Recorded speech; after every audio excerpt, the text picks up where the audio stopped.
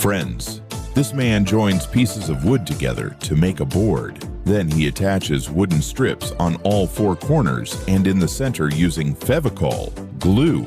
Next, he applies a layer of Fevicol to the middle part of the board and sticks small wooden pieces cut in a 3D style onto that area. He uses a hammer to properly set them in place. Then he adds wooden strips to all four corners again to form a border.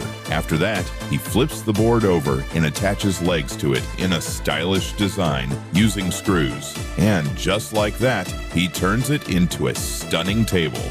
Friends, a like and subscribe is well deserved for this man's craftsmanship. Thank you.